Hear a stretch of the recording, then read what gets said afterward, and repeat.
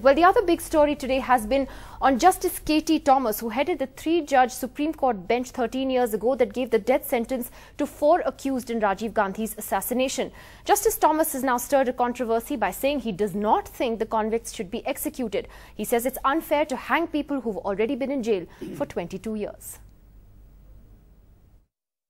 A U-turn a decade after he confirmed the death sentence to convicts in the Rajiv Gandhi assassination case has given a boost to those who demand that death penalty be abolished. Supreme Court Judge K.T. Thomas's remarks have also strengthened demands by the families of Murugan, Santhan and Perarivalan seeking commutation of their death sentences. All have spent 22 years in jail for their role in the assassination of the former Prime Minister. As the President's office took 11 years to turn down their mercy pleas, they have challenged it over the delay, and the court has stayed their execution. Every day, the torture and the agony they have undergone, that they are going to die today, tomorrow, this minute. So all this is happening is not correct. So we are just begging from our family side that the 3 sons have to be left out. Justice Thomas has described execution at this stage as a double punishment, and human rights campaigners say the government should listen. Justice K.T. Thomas has spoken up what his conscience has told him, and it is very unfair that people listen to their conscience only after they demit office. But I said that this is an opportunity for the government to to use the case pending before the Supreme Court, and the minimum it can do is, even if they do not want to take a stand against death penalty, they can take a stand for moratorium on death penalty. It's seen as the conscience of a retired judge speaking after so long, when world countries are getting rid of death sentences. It's also a political issue in Tamil Nadu, and the big question is, how much of this should the President and the government pay heed to? With camera person Edwin, Sam Daniel, Find It TV. Well, I spoke to Justice Thomas earlier this evening. Justice Thomas, thank you so much for joining us tonight on Left, Right and Centre. Sir, it was more than 13 years ago that you presided over a bench of the Supreme Court that confirmed the death sentence for 4 of Rajiv Gandhi's killers. Now, since then, you've said that you don't want that sentence to be carried out. Why? No, I did not say that sentence shall not be carried out. I said, for murder, there are 2 sentences alternatively, either death penalty or life imprisonment. We sentenced them to death penalty, but having sentenced them to death penalty, when they had already undergone a long period of incarceration of 22 years, I said they have already gone beyond 14-year limit to be considered for life imprisonment for a review, and therefore it will amount to double penalty. A double punishment is not contemplated by law, and that will be anathema to Article 21 of the Constitution. Therefore, I said that at this late stage, after the lapse of 22 years putting them in prison, it will be unconstitutional, apart from unethical, to put them to death. That is what I said. But sir, you know, just last November, the Supreme Court actually said that life imprisonment implies a jail term for the convict's entire life, and that there's a misconception that a prisoner who serves a life term has some kind of indefeasible right to be released on completion of 14 years.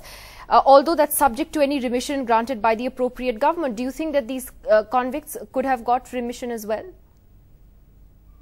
Even earlier, the Supreme Court said so. And even in the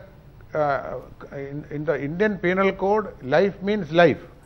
But Section 433A of the CRPC contemplates that after a period of 14 years, a review can be conducted by which a prisoner, it can be considered whether a prisoner can be, the remaining portion of his lifetime can be remitted or not. That is a different matter altogether. What I said is, he was not liable to be considered for remission before 14 years had it been a case of life imprisonment. Now what happened is that no life imprisonment has been imposed on him, it is death penalty. Therefore, no authority can consider whether his remaining term can be released, remitted or not. That is what I said. Life is life, but that does not mean that after 14 years government cannot consider of the further term to be relaxed. So there also seems to be some suggestion from you that the judgment itself that the bench headed by you had given was perhaps erroneous because this death sentence had not considered the antecedents, the nature and character of the accused. Do you feel that it was not an appropriate punishment for the accused?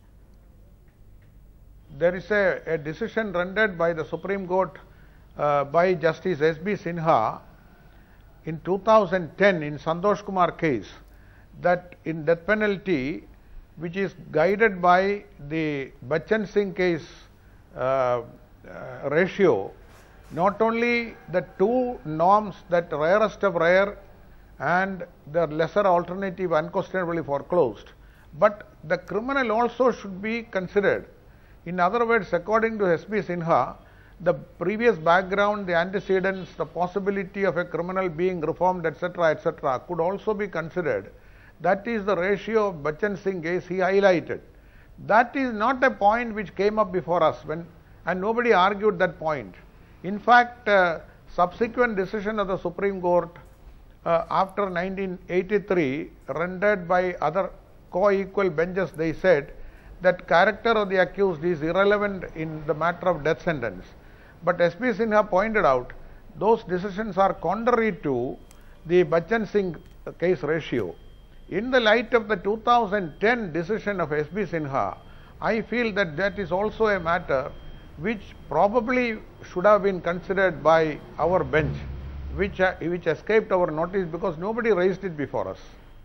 Do you then believe, sir, and I'll take this opportunity to ask you this question, do you believe then that Afzal Guru was denied this last right to appeal, that the government did not treat his case fairly because he had also been on death row for more than 7 years?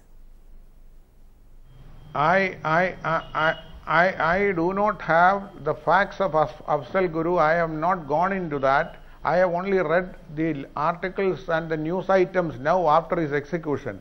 So I am incompetent to say anything about Afzal Guru.